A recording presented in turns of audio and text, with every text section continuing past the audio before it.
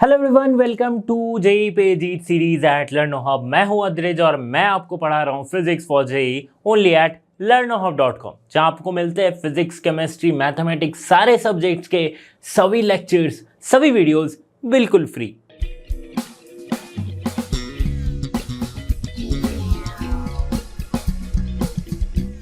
Students, इस video में हम सॉल्व करेंगे रे ऑप्टिक्स के रिलेटेड कुछ प्रीवियस ईयर में पूछे गए क्वेश्चन, जो कि जेई के पॉइंट ऑफ व्यू से काफी इंपॉर्टेंट है। मतलब इन सारे क्वेश्चंस को करने के बाद आपको एक पैटर्न, एक तरीका पता चल जाएगा कि किस तरह के, किस पैटर्न के क्वेश्चन जेई मेंस या एडवांस में पूछे जाते हैं। तो चलिए शुरू करते हैं इस वीडियो को।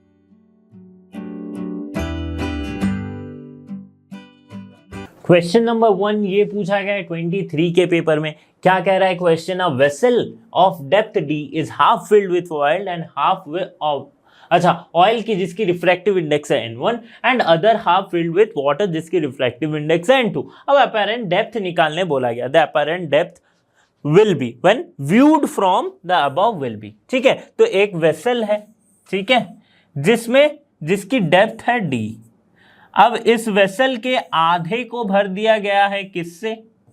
आधे को भर दिया गया है ऑयल से, राइट, जिसकी रिफ्रैक्टिव इंडेक्स है n1, और आधे को वाटर से भरा गया है। अब वाटर के ऊपर ऑयल है, मतलब ऑब्वियसली इसकी डेंसिटी ज्यादा है, तो हम लिख सकते हैं n2 is greater than n1। ठीक है, अब ऊपर से अगर देख रहा है व्यूड फ्रॉम द टॉप, तो क्या होगी? जो डेप्थ होगी, अपैरेंट डेप्थ, वो उसकी फॉर्मूला क्या होती है? तो ये तो बहुत ही आसान सा, ये मैं कंसेप्ट एड ऑन जब पढ़ा रहा था तब मैं बता चुका हूं कि अपैरेंट डेप्थ अगर इस तरह के 3-4 लेयर्स वाले हो, तब हम कैसे लिख सकते हैं? d1 by n1 refractive index of medium 1 plus d2 by refractive index of medium 2। ठीक है, इस तरह से d3, d4, d5 जितना रहे वैसे आप लिख सकते हो। ओके, सो यहाँ पे d1 d2 क्या है? ये है, राइट, ये है d1 और ये है d2, बट दोनों ही हाफ है किसके हाफ है? d के हाफ है। So d1 equals to d2 equals to d by 2। ठीक है, तो सिंपली मैं पुट करूंगा d1 d/2 को कॉमन लिए तो मेरे पास क्या आया? 1/n1 plus 1/n2।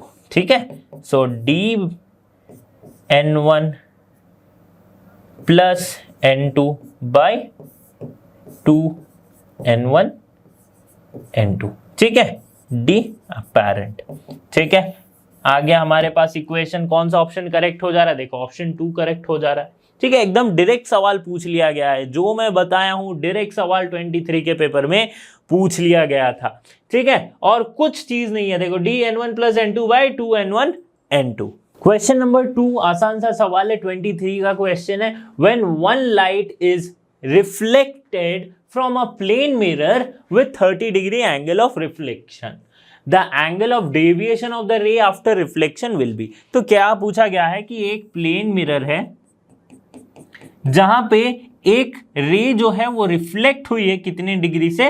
30 डिग्री से। तो नॉर्मल से 30 डिग्री के एंगल पे ये रिफ्लेक्ट हुई है। तो अगर प्लेन मिरर से रिफ्लेक्शन हो रही तो लॉज ऑफ रिफ्लेक्शन फॉलो हो रहा है, तो इंसिडेंस एंगल भी 30 डिग्री है। ठीक है, ये समझ में आ रही है ना बात? अब क्या पूछा है? एंगल ऑफ डेविएशन पूछा। एंगल ऑफ डेविएशन क्या होती है? एक्चुअल पाथ से कितना शिफ्ट हुई है। तो एक्चुअल पाथ इसकी कितनी थी? ये वाली पाथ थी।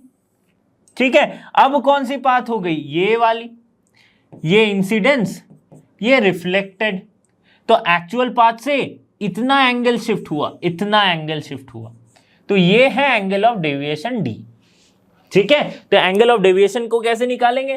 तो angle of deviation plus angle of incidence plus angle of reflection, अगर इन तीनों एंगल को जोड़ू तो मुझे क्या मिलेगा? 180 डिग्री मिल जाएगा, राइट। तो जहां पे d क्या है? 180 minus i minus r, so that means 180 minus 60, 120 degree angle of deviation is the correct answer.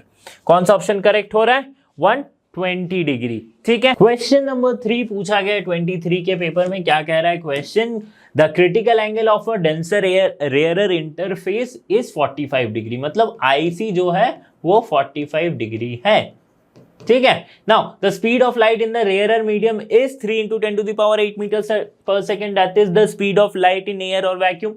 The speed of light in the denser medium will be, speed of light denser medium में कितनी होगी? तो suppose करते ये वो denser medium है जहां से एक लाइट को इंसिडेंट किया गया एट एंगल 45 डिग्री, जिसे कि कह रहे हैं इसकी क्रिटिकल एंगल। तो क्रिटिकल एंगल में क्या होती है कि रिफ्रैक्टेड रे जो होती है वो इस सरफेस के बिल्कुल कोइंसाइड कर जाती है, राइट। तो ये जो एंगल बनाएगी ये क्या बनाएगी? नॉर्मल के साथ 90 डिग्री बना लेगी।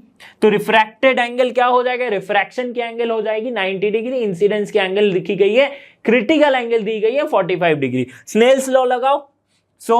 अच्छा, इसकी रिफ्रैक्टिव इंडेक्स को n1, इसकी रिफ्रैक्टिव इंडेक्स को n2 मानते हैं। n1 sine IC equals to n2 sine 90 degree. ठीक है, n1 sine 45 degree equals to n2 sine 90 degree. ठीक है, समझ में आ रही बात? तो अब क्या हो रही है? n1 बाई n2 साइन 90 की वैल्यू 1, साइन 45 की वैल्यू 1 बाई √2, ये आ गई। अब यहां से वेलोसिटी पे कैसे आएंगे? रिफ्रैक्टिव इंडेक्स क्या होती है? देखो, रिफ्रैक्टिव इंडेक्स होती है change in velocity of sound, velocity of sound in air और vacuum by velocity of sound in that medium v, c by v होती है। तो n1 क्या है? c बाई इस डेंसर मीडियम में वेलोसिटी है v, n1 क्या हो जाएगी? c by v। n2 क्या है? c, और इस पे क्या है? इसकी वेलोसिटी c है, तो सिंपली n2 क्या हो जाएगी? 1 हो जाएगी। 1 by √2, 1 by √2, not 1 by √2, so that is simply √2। c by v आ गई क्या? √2। v कितना हो जाएगा? यही हमें निकालना है, that is c by √2। c कितनी है? 3 into 10 to the power 8 by √2, यानी कि 2.12 into 10 to the power 8 metre पर सेकेंड। कौन सा ऑप्शन करेक्ट हो रहा है? 2.12, option 2 is the correct answer. ठीक है, एक और इंटरेस्टिंग सा क्वेश्चन है, क्वेश्चन नंबर 4 23 के पेपर में पूछा गया question. An object is placed at a distance 12 centimetre in front of a plane mirror. तो एक प्लेन मिरर है जिसके फ्रंट में 12 सेंटीमीटर पे किसी एक ऑब्जेक्ट को प्लेस किया गया, तो यहां से इसकी डिस्टेंस क्या है? 12 सेंटीमीटर। ठीक है, now the virtual and direct image is formed by the mirror. तो virtual and direct image form करेगा उतने ही डिस्टेंस पे, मतलब ये जो डिस्टेंस है that will be 12 centimetre only. ठीक है, इतना समझ में आ गया। Now the mirror is moved by 4 centimetre. अब मिरर को क्या किया गया? मूव कर दिया गया 4 सेंटीमीटर तक। ठीक है, अब मिरर हो गई यहां पे, लेकिन ऑब्जेक्ट जो है वो है स्टेशनरी। तो ऑब्जेक्ट को, अब ऑब्जेक्ट की डिस्टेंस क्या है मिरर से? That is 8 centimetre, right. ये हो गई। नाउ और आगे पढ़ते, the distance by which the position of the image would shift will be. तो देखो, अब इमेज क्या हो रही है? यहां पे बन रही है, that is 8 centimetre from the mirror. ठीक है, तो पहले ऑब्जेक्ट और इमेज की डिस्टेंस क्या थी? 12 एंड 12 24 सेंटीमीटर। ठीक है, अब क्या है? 16 सेंटीमीटर, राइट। 8 + 8 16 सेंटीमीटर। तो इमेज जो है ऑब्जेक्ट से कितनी दूर शिफ्ट हुई है? तो 24 माइनस 16 दैट इज 8 सेंटीमीटर। किधर को शिफ्ट हुई है? Towards the mirror. So simply 8 centimetre towards the mirror will be the correct answer. Question number 5 पूछा गया 22 के पेपर में। A microscope is focused on an object at the bottom of the bucket. If liquid with reactive index is poured inside 5/3 the bucket, अच्छा refractive, मैं reactive बोल दिया, refractive index is poured inside by 5/3. Okay, the bucket, then the microscope have a raised by 30 centimeter. Apparent depth वाला, apparent raise वाला question है, 30 centimeter to the focus. Now the object to the focus, the object again. Okay, now the height of the liquid in the bucket will be. बहुत ही simple सा है, क्या होती है shift वाला, क्या आता है यहाँ पे शिफ्ट का क्या आता है हम जानते हैं, माइक्रोस्कोप लो या फिर कुछ भी लो तो यहाँ पे क्या आती है depth into 1 - 1 by refractive index, यही तो आ जाता है। और ये कितनी दी गई है, शिफ्ट जो दी गई है वो कितनी है 30 सेंटीमीटर, 30 सेंटीमीटर है। तो यहां से हमें हाइट ऑफ द बकेट मिल जाएगा। ये डी क्या है, यही तो हाइट ऑफ द बकेट है। तो सिंपली सॉल्व करो, सो डी इक्वल्स टू 1 माइनस, यहां पे क्या आ रही है 1 - 1 बाई 5/3, रिफ्रैक्टिव इंडेक्स इतनी है, इक्वल्स टू 30। ठीक है, सॉल्व करेंगे 5/3 -1 यानी कि ऊपर गया तो ये 3/5, 5 डी इंटू 5 - 3/5 इक्वल्स टू 30। तो क्या है हमारे पास 2/5 यानी कि 2D equals to 5 into 30. So D equals to 5 into 30 by 2, 15, 15 5s are 75 centimeter will be the correct answer. तो ऑप्शन 1 क्या हो जा रहा है हमारे पास, करेक्ट आंसर हो रहा है। ओके, क्वेश्चन नंबर 622 के पेपर का क्वेश्चन है, a thin prism P1 with an angle 6 degree, ये एंगल ऑफ प्रिज्म है, and made of glass of refractive index 1.54 is combined with another prism P2 made of glass of refractive index 1.72. ठीक है, देखो, now to produce dispersion without average deviation, the angle of prism P2 will be, without angle of deviation पूछा गया, मतलब sorry without average deviation, मतलब ये कब हो सकती है, एक प्रिज्म को इस तरह से रखा जाए, एक प्रिज्म को इसके ऊपर से रखा जाए। ठीक है, तो इसका क्या हो रही है कि देखो Δ1 इक्वल्स टू Δ2 हो रहा है, राइट, विदाउट एवरेज डेविएशन। तो ये कंडीशन है, तो ये कंडीशन हमारा क्या बताता है, angle of prism 1 into refractive index of 1 - 1 equals to angle of prism 2 refractive index of 2 - 1। ठीक है, वैल्यूज पुट कर देंगे, सिर्फ वैल्यूज पुट कर देंगे। ये क्या है 6 degree, refractive index 1.54, right, -1 A2 हमें निकालनी है, और ये रिफ्रैक्टिव इंडेक्स 1.72 -1 दी गई है, सिंपली करो 0.54 बाई 0.72 इक्वल्स टू A2। इसको सॉल्व करेंगे तो हमारे पास A2 की जो वैल्यू आएगी दैट विल बी 4.5 डिग्री। अच्छा, डिग्री में लिखते हैं ना, 4.5 degree. Option is the correct answer, option D.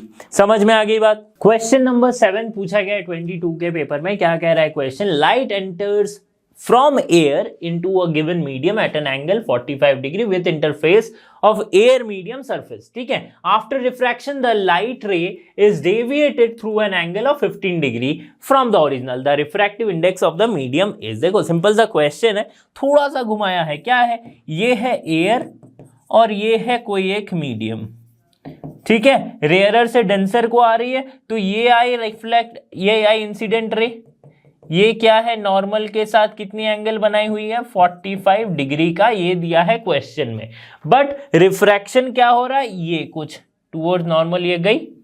ठीक है, ये क्या है एंगल ऑफ रिफ्रैक्शन, ये दिया गया है कितना, नहीं दिया गया है, ये 15 डिग्री जो दिया गया है that is deviated through an angle, मतलब इसकी ओरिजिनल पाथ क्या थी, ये वाली, इससे कितनी डेविएट हुई है 15 डिग्री, तो ये एंगल दिया गया है।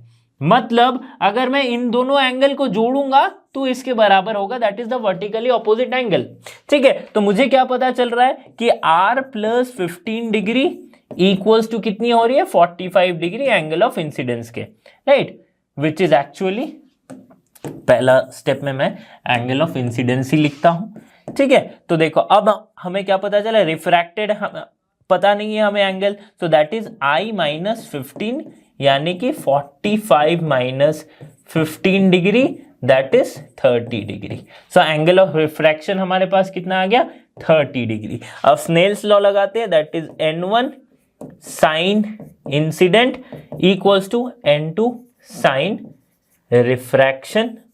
ठीक है, देखो सिंपल सी बात है, एयर की डेंसिटी को अगर मैं एयर की रिफ्रैक्टिव इंडेक्स को अगर मैं 1 कंसीडर करता हूं इस क्वेश्चन में, एयर की देखो जहां पे 1.33 कंसीडर करना है, सॉरी 1.33 तो वाटर के होते, एयर की रिफ्रैक्टिव इंडेक्स कहीं कहीं पे लिखी रहती है, कहीं कहीं पे आपको कंसीडर करना होता है 1। तो यहां पे हमने कंसीडर कर लिया एयर के रिफ्रैक्टिव इंडेक्स को 1। अब साइन इंसिडेंट एंगल कितनी है, साइन 45, साइन 45 की वैल्यू 1/√2, और ये क्या हो जाएगा n2 हमें निकालना है, और ये यहां पे क्या है साइन 30 डिग्री, तो ये क्या हो जाएगी, तो साइन आर की वैल्यू क्या है, साइन आर यानी कि साइन 30 डिग्री, साइन 30 डिग्री की वैल्यू 1/2। सो n2 कितनी आ जाएगी, n2 will be 2/√2, that is √2 की value 1.44। So option C 1.44 is the correct answer. समझ में आ गई बात। क्वेश्चन नंबर 8, 21 का क्वेश्चन है, the power of lens by convex lens okay is 1.25 per meter in practical medium. Okay, refractive index of the lens is 1.5 and radii of curvature is 20 centimeter and 40 centimeter respectively. The refractive index surrounding medium will be. बहुत ही simple सा वो formula हम लगा देंगे। कौन सा वाला formula, ये वाला formula, 1 by focal length equals to μ2/μ1 minus 1 into 1/r1 minus 1/r2। ये फॉर्मूला से ही बहुत सारे क्वेश्चन सॉल्व हो रहे हैं। अब देखो, अब बोलोगे कि सर 1 by फोकल लेंथ वाला फोकल लेंथ और पावर में क्या है, देखो पावर क्या है 1 by फोकल लेंथ ही तो है, राइट ये मीटर में दिया गया है, तो हम इसे चेंज करेंगे सेंटीमीटर में, तो 1 by फोकल लेंथ एक्चुअली क्या है, पावर है, तो पावर किस में दी गई 1.25 पर मीटर, सो 1.25/100 कर देंगे, ठीक है, equals to μ2/μ1। Refractive index of lens is कितनी 1.5 है, कितनी दी गई है 1.5, सो μ2 1.5 थी, μ1 हमें निकालना है, ठीक है, ऑन अ पर्टिकुलर मीडियम ये दिया गया, refractive index of lens is 1.5 and the radius cover 20 centimetre respectively. Okay, तो इसकी क्या हो जाएगी एक -1 छूट गया, μ1 हमें निकालना है 1/20 प्लस 1/40। सॉल्व करो, कुछ है इस क्वेश्चन में, कुछ भी नहीं है। 1.25/100 इक्वल्स टू 1.5/μ1 माइनस 1, यहाँ पे क्या आ जाएगा, दिस इज 20 42 प्लस 1 3, ठीक है, ये आ गया। तो थोड़ा सा और सॉल्व कर लेंगे, ये हमारे पास क्या है 1.25/100। ओके, सो आगे सॉल्व करें, दिस विल बी 3/40, ये आ जाएगा हमारे पास कुछ 25 4 100 एंड 25 5 125, ठीक है, ये आ गया 5/0.5/4 यानी कि 5/40 और ये 3/40। तो इस तरह से सॉल्व करके जाएंगे तो हमारे पास जो μ1 की वैल्यू आएगी दैट विल बी अराउंड 9/7, ठीक है, option B will be the correct answer, ठीक है। क्वेश्चन नंबर 9 पूछा गया है 21 में, N object is placed at the focus of a concave lens having focal length f, what is the magnification and the distance of image from the optical centre of the lens. मतलब object को focus पे रखा गया, तो अगर ये हमारी concave lens है, ठीक है, ऑप्टिकल सेंटर से ये फोकस है, यहीं पे ऑब्जेक्ट को रखा गया है, तो ऑब्जेक्ट की जो डिस्टेंस है वो क्या है f, ठीक है, बट दिस तरफ तो ये -f है, फोकल लेंथ भी क्या है -f, ओके, क्योंकि इस तरफ से हम ले रहे हैं, ओके। अब इमेज हमें निकालना है, इमेज की डिस्टेंस निकालनी, तो सिंपली हम मिरर फॉर्मूला गए 1/v minus 1/u equals to 1/v f, by sign convention ये minus, so 1 by v equals to 1 by f minus 1 by of minus u, sorry plus 1 by of minus u. ठीक है, अब u क्या है minus F, u क्या है minus F. Actually यहां पे साइन कन्वेंशन कंसीडर कर लिया है तो सिर्फ आप f लिख सकते हो। So 1 by v equals to 1 by minus f minus 1 by f plus minus f. ठीक है, तो क्या आ गया 1 by v equals to 2 by f, ठीक है, minus 2 by 8। So v equals to कितना आ जाएगा f बाई 2, कितना आ जाएगा f by 2, focal length by 2 आ जाएगा, मतलब हाफ हो जाएगा, f बाई 2 आ गया। तो f बाई 2 कौन सा ऑप्शन में, देखो ऑप्शन 3 में है, तो सिंपली ऑप्शन 3 करेक्ट हो जाएगा। बट फिर भी मैं मैग्निफिकेशन निकाल के दिखाता हूं, that is v by u। So v है f बाई 2 और u क्या है, u कौन सी चीज हो जाएगी, देखो ये वैसे तो माइनस आएगा, माइनस 2 बाई एफ आएगा, बट सिंपली मैं अगर सिर्फ मैग्नीट्यूड लिखूं तो f बाई 2 है।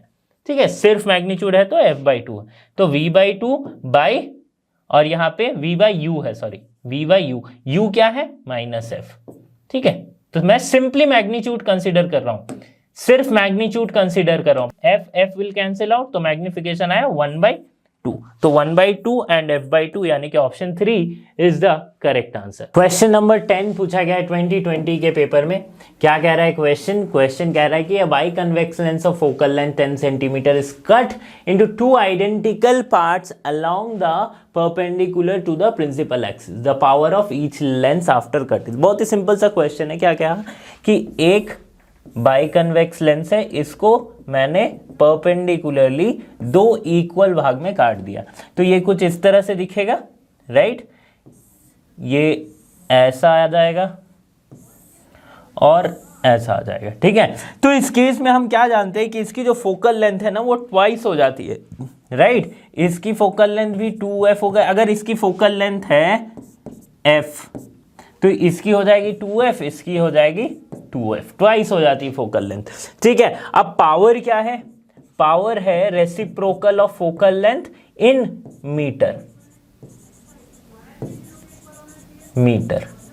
ठीक है। अब देखो इसकी जो पावर होगी P1 और इसकी भी पावर P1 सेम होगी पावर दोनों की, क्योंकि दोनों का फोकल लेंथ सेम है।